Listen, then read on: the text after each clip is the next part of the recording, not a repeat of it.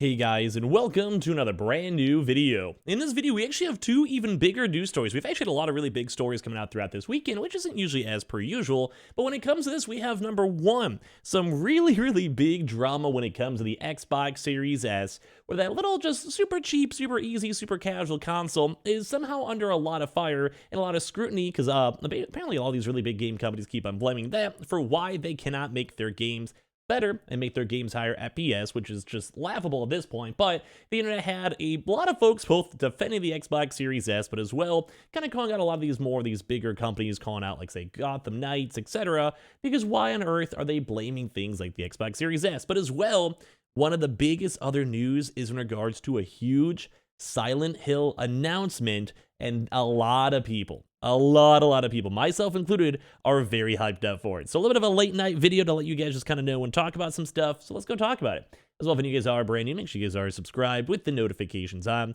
As well, for the brand new PlayStation 5 giveaway, we have the Amazon links down below, Target links down below, and the Twitch streams too as well down below. And well, let's go and dive on into some good old little videos. So let's first and foremost start off with this nice Silent Hill news, because I'm more excited for this, where in your restless dreams, do you see that town?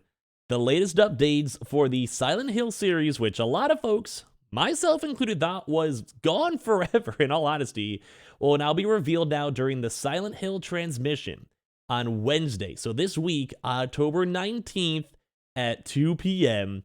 Pacific time. So as you guys know, this also leads into the Konami link over here too as well, where you guys can kind of see, put in your stuff, they put in the Americas, put in English too as well, enter the birthdays, just a random birthday too on top of this, submit this up, and like I said, they actually basically have the website ongoing for all of this. But some of the bigger news on this is, besides the fact that they're announcing the new website and hyping people up, which, oh my god, I am so excited for this, like let me know if you guys are as well.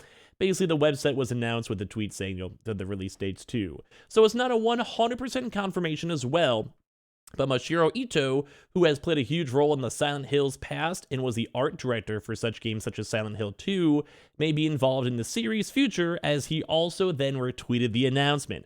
Now, that doesn't necessarily fully mean he's involved, but typically when you see these things and announcements, if you're involved, you usually want to be on top of that. You want to tweet it, you want to mention it, stuff like that. And just kind of how people are, I'd probably be in the same boat. If you're kind of away from the project or step away from the project, typically you're like, yeah, that's cool. You maybe make a statement a week later, 2 weeks later, a few days later, and be like, yeah, good luck. I hope it doesn't, my version was better, but I hope yours is okay. You know how people are when it comes to that stuff. So that also might be a huge, just nice sign, because a lot of people are kind of skeptical and assuming that Bluebird Games, that's made some okay games like The Medium and a few other ones as well, they're not bad, but they're not Silent Hill quality. They're not AAA quality. They're AA. They're good. They're indie plus.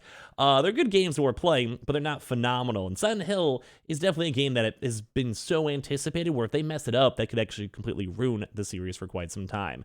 But like I said, a lot of folks are saying that there has been drama, there might be issues with them, and you can probably even go scroll through this and probably see some other folks too as well being like, yo, where's all blabber and everything else too. So I guess we can kind of go and see for that. But anyway, when it comes to all this stuff, it does also state that the Silent Hill movie director, Christopher Grant, said that multiple games in the franchise are actually already in development, which is also even more crazy to go and see this, because this is some big news.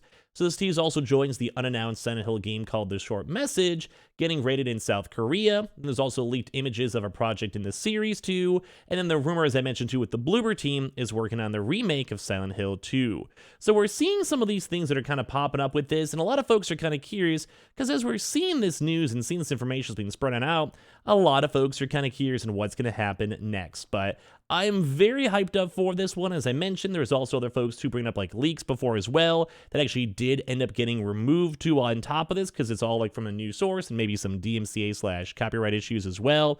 But when it comes to that stuff, it does seem like this might be in the news. Now, some other little kind of big leaks as well is also maybe on The Witcher. So we had a retailer leak that actually may have revealed some more Witcher 3 next-gen release date information too as well. As you guys know, this was actually delayed not too long ago, I think, to more so fix up on Cyberpunk, which would make sense with the show that was in the works. So with this, we have the new leak saying that there is a possible now release date for the next-gen console versions too as well. So, I like this game when I played up on PC, pretty good. So they also want to probably push it for 60 FPS, good graphical updates on new consoles, better loading times, and all of that, which would be phenomenal changes. So this re-release has been delayed for a couple of times. It is currently scheduled for quarter 4 of 2022 as well. So now a new leak aims at people with like a general rough date, and people are assuming maybe December 9th might be the given release date for the current gen upgrades for The Witcher 3, which I do think this game is kind of overdue as well. It's not fully confirmed though, mainly because, as I mentioned, like, it just doesn't seem like it's fully confirmed at the end of the day. But they did say they want to have it this rough time. It maybe makes sense for the holidays, probably get a lot more extra sales too as well. And on top of that too, they did say that current owners will get the free upgrade to the enhanced version when it releases. The asking price for such re-releases usually varies, though, between developers, so some might be free, some might be a fee or whatever, and I think they did say they did want to push for it too as well, that they want to have the free version. So they also have some other Witcher games too in the works, the Cyberpunk DLC in the works, Cyberpunk 2 I think is also planned as well, although way down the line, little updates with that. Now, funny enough, this is like kind of the bigger story, I would say. So as of today, we actually had folks calling out the Xbox Series S GPU, saying that it's actually holding back multi-platform development, the developers are claiming.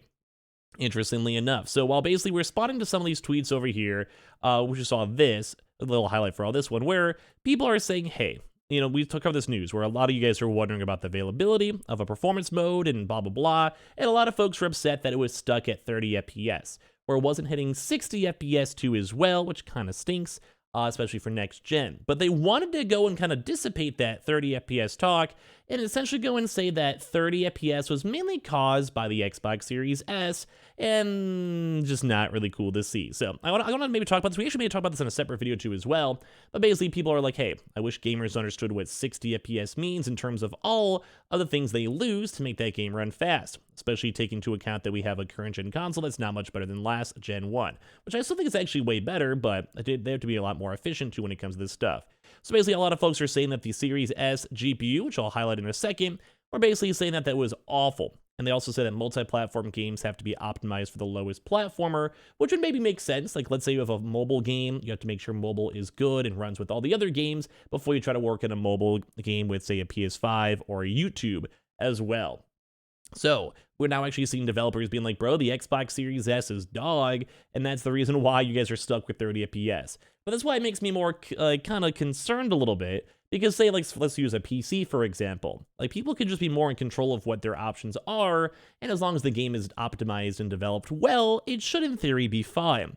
So it's very intriguing because, like, let's say you have a 2080 versus a 3080, like, you'll definitely have different specifications, but you can still play a game together.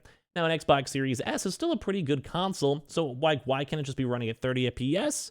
They maybe have a little bit more extra lag in their console, and then let people on the PS5 and Xbox Series X possibly just have a better workaround. But a lot of folks were kind of actually defending the Xbox Series S too, because in my mind it makes sense, because the Xbox Series X, S, and PS5 should be able to go and do that same thing as I mentioned. 30 FPS in the Series S, 60 in the bigger consoles. So the fact that we're seeing like these Gotham Knights developers kind of picking and choosing what they want to push and how they want to push it and all of that is very surprising to see.